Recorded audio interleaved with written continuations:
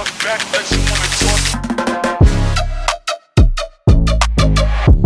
guys, welcome to the channel Zone 14 Football. So UCL first leg playoff முடிஞ்சிருக்கு. So கையோட கையாக video எடுத்துடலான்னு சொல்லிட்டு start பண்ணியாச்சு. அண்ட் கேமே நமக்கு ரொம்ப மோஸ்ட் ஆன்டிசிபேட்டட் கேம் இந்த கேம் வீக்கில் ரியல் மேட்ரிட் பென்ஃபிகா, அதுவும் பென்ஃபிகா ஹோமில் அது 4-2ன்னு ஒரு கிளாசிக்கை போட்டு தான் உள்ளே வந்திருப்பாங்க. அண்ட் அதுக்கப்புறம் நடக்கிற மேட்ச், ஸோ பென்ஃபிகா அப்செட் திருப்பி கொடுக்க போகிறாங்களா ஆர் மேட்ரிட் ரிவெஞ்ச் எடுக்க போகிறாங்களான்னு நம்ம பேசிகிட்டு இருந்தோம். மேட்ரிட் ரிவெஞ்ச் எடுத்துட்டாங்க. And Vini JR as usual சரியான கோல். அந்த ஃப்ளாங்க்லேருந்து outside of the box கேர்லராக இருக்கட்டும், அவன் அடிச்சுட்டே இருக்கான் அந்த சீசன் 1-0. அண்ட் யூஸ்வலாக செலப்ரேஷன் போடுவாங்கள்ல, இந்த பிரசீலியன்ஸ்லாம் ஒரு டான்ஸை போட்டு செலிப்ரேட் பண்ணுவாங்க, அந்த மாதிரி தான் பண்ணார். அதுக்கு அவனுங்க ஃபேன்ஸு ஆரம்பிச்சிட்டாங்க, திமிரு புச்சம் அது இது, இவன் எதுக்கு இதெல்லாம் பண்ணுறான் நக்கல் அப்படி இப்படின்னாங்க. அண்ட் அதுக்கப்புறம் பெரிய கான்ட்ரவர்சி ஆச்சு. யார் பென்ஃபிகா பிளேயர் கிறிஸ்டியானி ரேசிசம் கமெண்ட்ஸை சொல்லி அதுக்கப்புறம் அவங்க மேட்ச் ஸ்டார்ட் பண்ணாமல் அது நிறுத்தி அது ஒரு பெரிய இதாக போச்சு. அது என்ன சொல்கிறது, அது இன்னும் ப்ரூவ் ஆகலை.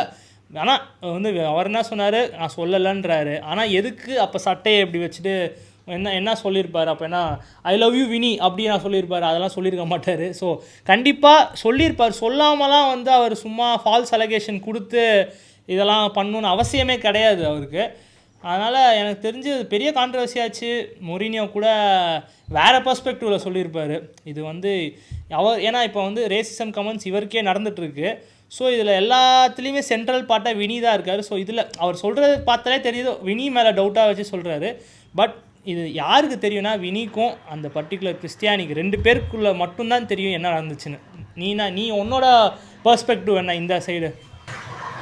டெஃபினெட்லி. ஏன்னா கிறிஸ்டியானிக்கு இப்போ அவனால் எதுவுமே சொல்ல முடியாது. நான் சொல்லலை, நான் இந்த இது தான் சொன்னேன், நான் ரேசிசமாக எதுவும் சொல்லலை, கண்டிப்பாக அந்த மாதிரி எதுவுமே சொல்ல முடியாது. பிகாஸ் அந்த சட்டையை வச்சு வாயை மறைச்சி பேசினனால ஸோ நீங்கள் கேமராவில் கூட பார்க்க முடியாது. ஸோ அவனை சுற்றி இருந்தது யார், நமக்கு தெரிஞ்சு வினி தான் பக்கத்தில் இருந்தான்.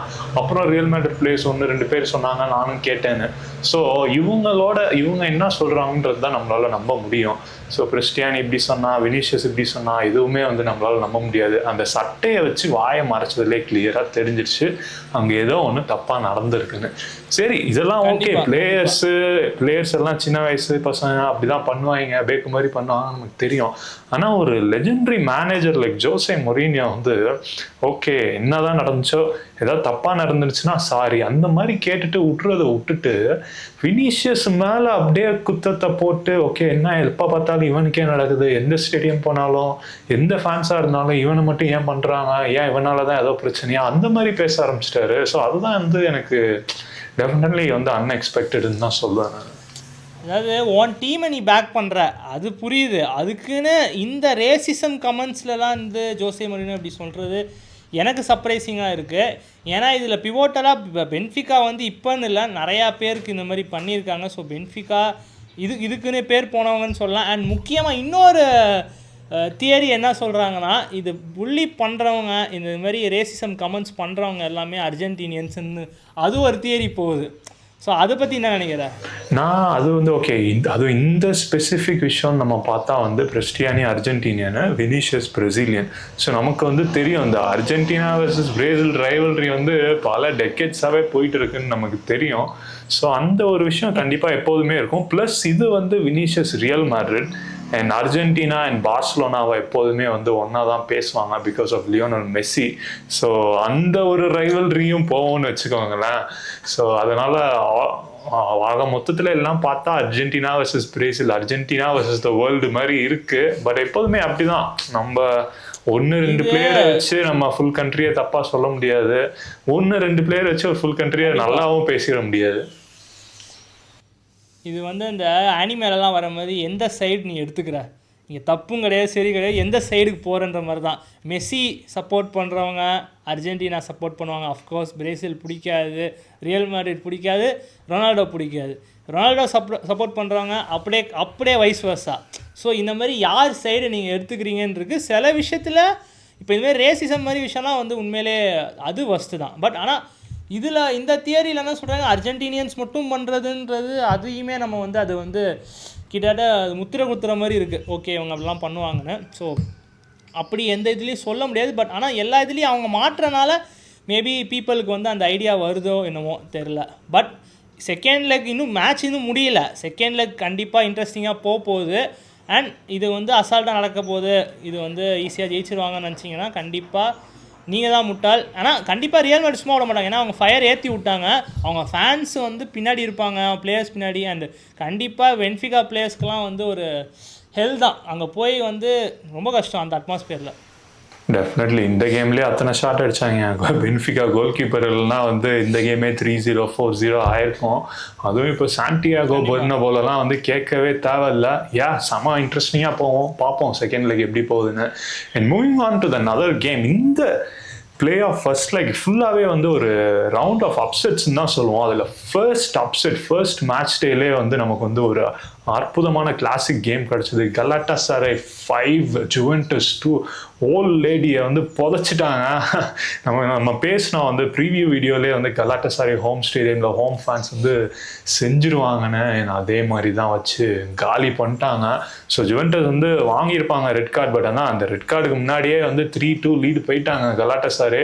ஸோ அந்த ரெட் கார்டு வாங்கினதுக்கப்புறம் இன்னொரு 2 கோல் அடித்து வந்து அந்த டையை வந்து அங்கேயே முடிச்சிட்டாங்க. டர்க்கிலே முடிஞ்சிருச்சுன்னு தான் சொல்லணும். டெஃபினட்டாக. அண்ட் முக்கியமாக இதில் வந்து 3-4 பிளேயர்ஸ் நல்லாவே பெர்ஃபார்ம் பண்ணாங்க. ஒன்று Gabriel Sara, former Norwich City player, அவருமே சூப்பராக பெர்ஃபார்ம் பண்ணியிருப்பார், அவரோட கோல்ஸ் வந்து ஹெல்ப் ஆச்சு. நோவா லேங் வந்து லோனில் வந்திருப்பார், அவருமே சூப்பராக பெர்ஃபார்ம் பண்ணியிருப்பார். அண்ட் அதான் அவங்க ஹோல் டீமாகவே ஒரு team performance, super performance. And இதில் அதான் சொன்ன மாதிரி ஒசிமின் கோல் இல்லை. ஸோ அப்போயே நீ பார்த்துக்கோ டீம் வந்து எந்த அளவுக்கு பெர்ஃபார்ம் பண்ணுறாங்கன்னு. ஜெயிப்பாங்கன்னு தெரியும், பட் 5-2 வந்து இட்ஸ் அ ஸ்டேட்மெண்ட். ஃபர்ஸ்ட்ல கிட்டத்தட்ட முடிஞ்சிச்சுன்னா சொல்லலாம். இதை ஓவர் டர்ன் பண்ணாங்கன்னா ஜுவென்டஸ் வந்து ஹியூஜ் ரெஸ்பெக்ட் கெயின் பண்ணுவாங்க. பட் ஆனால் எனக்கு தெரிஞ்ச வாய்ப்பு இல்லை. கலாட்டாசாரே அவ்வளோ மோசமாலாம் ஆட சான்ஸே கிடையாதுன்னு. ஸோ கண்டிப்பாக கலாட்டாசாரே உள்ளே போகிறாங்கன்னு இந்த லீக்கில். அண்ட் அது இல்லாமல் வேறு என்னெல்லாம் போச்சு நீ பார்த்தனா, கிளப் ப்ரூஜ் அத்லெட்டிகோ மேட்ச் செமையாக போச்சு. 3-3 நம்ம இதுவுமே ப்ரெடிக்ட் பண்ணியிருந்தோம், பிகாஸ் அத்லெட்டிக்கோட இன்கன்சிஸ்டன்சியை வச்சு சொல்லியிருந்தோம். ப்ளஸ் கிளப் ப்ரூஜ் வந்து பெரிய டீம்ஸில் நல்லா ஆடிருந்தாங்கன்னு சொல்லியிருந்தோம். ஸோ பார்சாவோட 3-3 ரிசல்ட் இருந்தது. அதே மாதிரி ஹோமில் 3-3 அகெயின்ஸ்ட் அத்லெட்டிகோ மேட்ரிட், அதுவும் 2-0 அஹெட் போயிட்டாங்க அத்லெட்டிகோ மேட்ரிட். அதுக்கப்புறம் கம்பேக் பண்ணி 2-2 ஆக்குனாங்க. அப்புறம் அவங்க அடிக்கிறாங்க, ரெட் கார்டு நடக்குது, அதுக்கப்புறம் திருப்பி ஈக்குவலைஸ் பண்ணுறாங்க. ஸோ இந்த கேமுமே வந்து டோட்டல் என்டர்டெய்னர். 3-3. ஸோ இந்த லெக்கும் முடியலை. அத்லெட்டிகோ மேட்ரிட் ஹோமில் கண்டிப்பாக யார் வேணாலும் ஜெயிக்கலான்ற மாதிரி தான் இருக்குது. ஸோ இது ப்ரெடிக்டே பண்ண முடியல என்னால். டெஃபினெட்லி.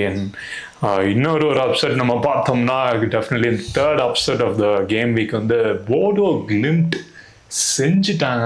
What a performance. நார்வேல இத்தனோண்டு சிட்டி நம்ம வந்து ஒரு சரியான ஃபேரி டேல் ஸ்டோரின்னு தான் சொல்லணும். 3 goals 3-1 போட்டு ஒரு 2 goal ஹோம் அட்வான்டேஜ் எடுத்திருக்காங்க. நான் வந்து டெஃபினெட்லி எக்ஸ்பெக்ட் பண்ணல. அண்ட் அவங்களோட ஸ்டார் பிளேயர் காஸ்பர் ஹோ வந்து ஒரு 2 அசிஸ்ட்டு, ஒரு கோலு. அண்ட் இதில் வந்து ரொம்ப என்ன சொல்கிறது, ஒரு இம்ப்ரெசிவான ஆஸ்பெக்ட்னு பார்த்தா நார்வீஜியன் லீக் வந்து நவம்பர்லேயே முடிஞ்சிருச்சு. ஸோ இந்த 3 மாதமாக அவங்க விளாண்டது வந்து 3 UCL கேம் தான். அதுவும் வந்து City, Inter Milan, Atletico Madrid 3மே வின்னு. இது வந்து நம்ம ப்ரீ சீசன் விளாடுவோம் தெரியுமா, ப்ரீ சீசனில் ஜாலியாக UCL யூரோப்பியன் சாம்பியன்ஸ் எல்லாம் போட்டு தாக்கிட்டு இருக்காங்க. கண்டிப்பாக. அண்ட் இன்டர் மிலான் சரியாக டாப்பில் இருக்காங்க.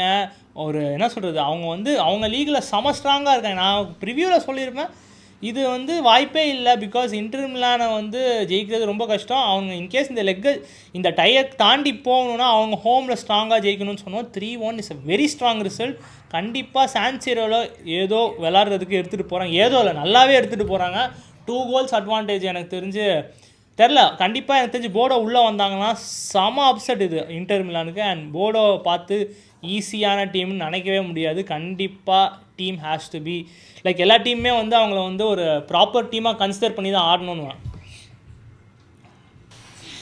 எஸ். அண்ட் ஆல்சோ நம்ம வந்து இன்னொரு அண்டர்டாகை பற்றி பேசினோம், காராபாக் ஃப்ரம் கசகஸ்தான். பட் அன்ஃபார்ச்சுனேட்லி அவங்க ஹோம்லேயே வந்து ஒரு பெரிய பேட்டரிங் வாங்கிட்டாங்க நியூகாஸ்ல் அகேன்ஸ்டாக 6-1.